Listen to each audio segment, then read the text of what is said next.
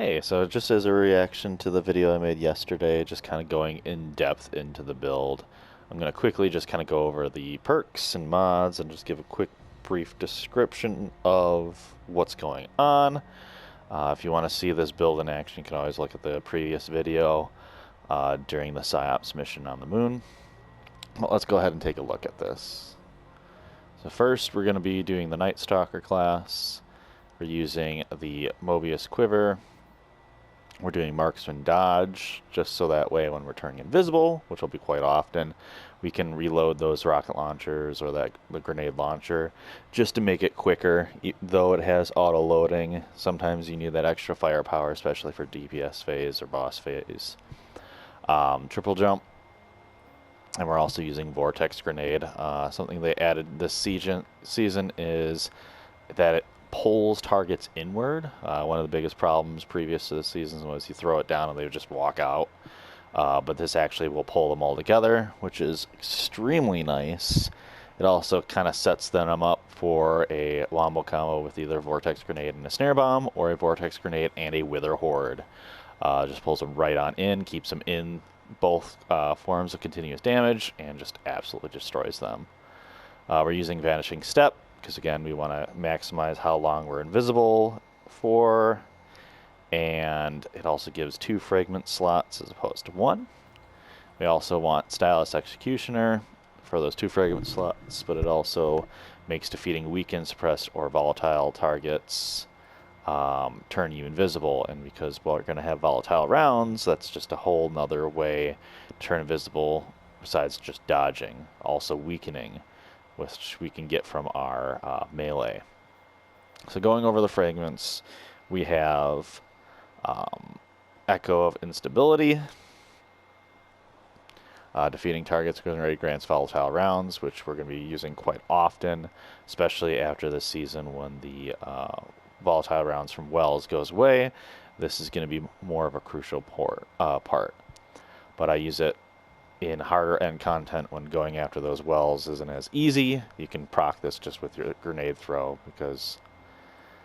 And then we have picking up an Orb of Power grants Devour. Is really good on the Hunter. Going invisible all the time, we're going to be constantly able to just kill things with either our rocket launcher or Wither Horde, or even our grenades. So keeping that proc is going to be very nice. Void Grenades weaken targets. This is going to be perfect, because if we get a kill with the Void Grenade, we will go invisible. It actually will weaken them right off the bat before damage, and so it'll proc the invisibility. It also means that you're getting that extra damage just from the Void Grenade itself.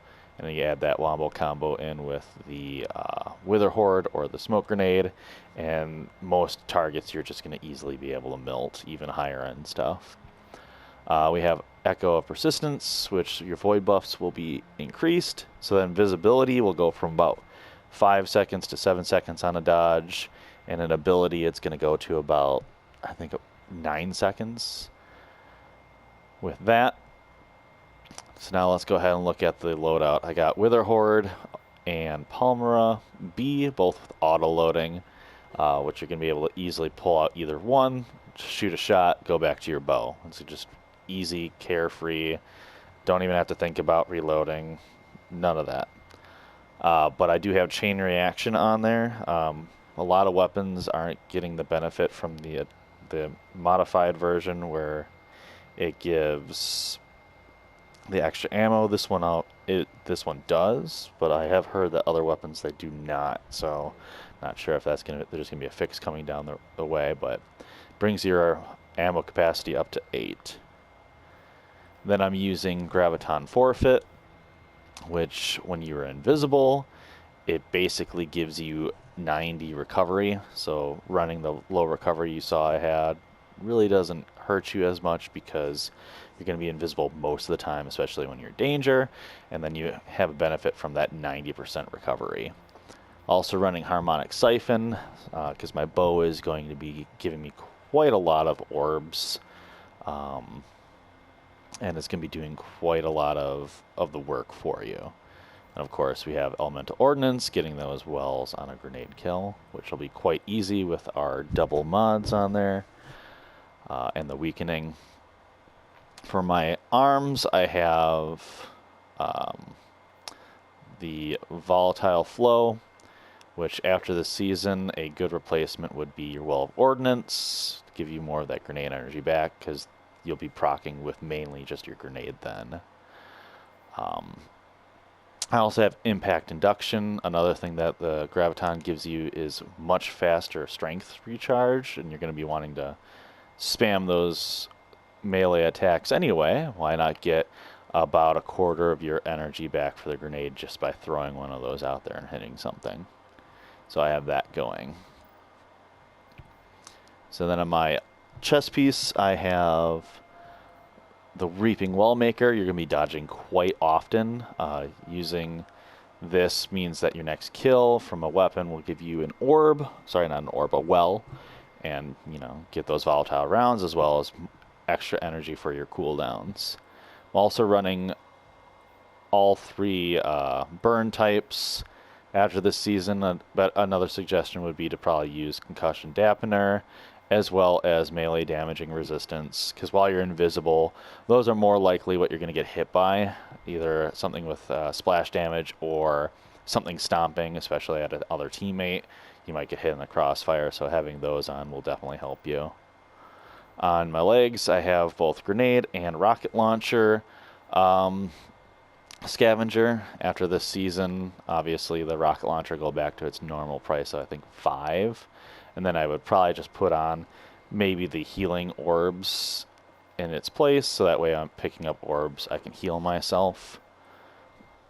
And just make it a lot easier to stay alive, especially when you're going around getting that Devour procced. You can already start off with high health and not have to worry about that kill right off the bat. But then on my hood, I have double Kickstarter, which when you have both of those on, it gives you about 30% of your dodge back, which with 100 mobility is huge. You're getting that dodge almost every time. Once your invisibility goes away, you just have to wait one more second, and then boom, you got it back again. And then, of course, getting kills with my bow are going to proc wells. And remember, with that bountiful wells that you have on your legs, you're going to get 2 wells for every bow kill, potentially, every grenade kill, every dodge and then kill. You're going to get 2 wells, which is definitely reducing the amount of cooldown for your abilities. Again, especially your dodge, which if you're savvy enough, you can do your dodge, get a third of it back, pick up some wells, boom, you're at 80%. And then you just had to wait a couple more seconds, and you can indefinitely chain that dodge, kill, dodge, kill, dodge, kill, and mainly just staying visible for half a second. One thing that I'm using is this Under Your Skin bow with Archer's Tempo and Successful Warm-Up. When you get both of them procced, your draw time is like 270. It's insane how fast you can charge shot that bow and, you know, keep everything going. And then with volatile rounds, you're getting like 13,000 on a body shot, and then another 7,000 from the actual volatile round exploding. So you're doing massive damage. And about 18,000, 19,000 on a headshot, and again that 7,000, you're doing about 26,000 damage. It's even more than having a exotic primary bow. You can obviously use that with the Monarch, but I do like the Wither Horde. I like being able to just throw shit out there and then just keep going with my bow, not really have to focus on things. A couple things to note with Graviton Forfeit: your dodge invisibility goes to 10 seconds, and getting a kill with a ability like your smoke grenade or grenade gets to about 13 seconds. Devour lasts about 15 seconds with that fragment on. When you have volatile rounds, if you proc it with a grenade kill, it's only 10 seconds, and that's the cap until it runs out. But if you get a well pickup, it actually goes up to 17 seconds. And then if you refresh it during that timer, the cap is 17 seconds. So depending on how you start volatile rounds depends on how long it lasts. So if you're able to, pick up a well first and then get a grenade kill to reset it to 17, because if you get a grenade first and you pick up a well, the cap is only 10 seconds. So it's a little odd that that happens, but it's somewhere in the coding. But yeah, hopefully that was informative. If you want to see this in action, there is that previous video that I mentioned that I put up before. This video just kind of goes into the build itself. All right, thank you.